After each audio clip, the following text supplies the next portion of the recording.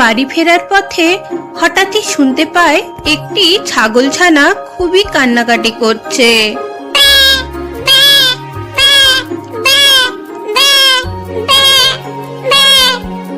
ও ছাগলছানা, কি হয়েছে তোমার? তুমি এরকম কান্নাকাটি করছো কেন?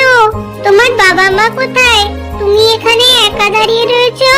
তুমি কি পথ ভুলে গেছো বাড়ির?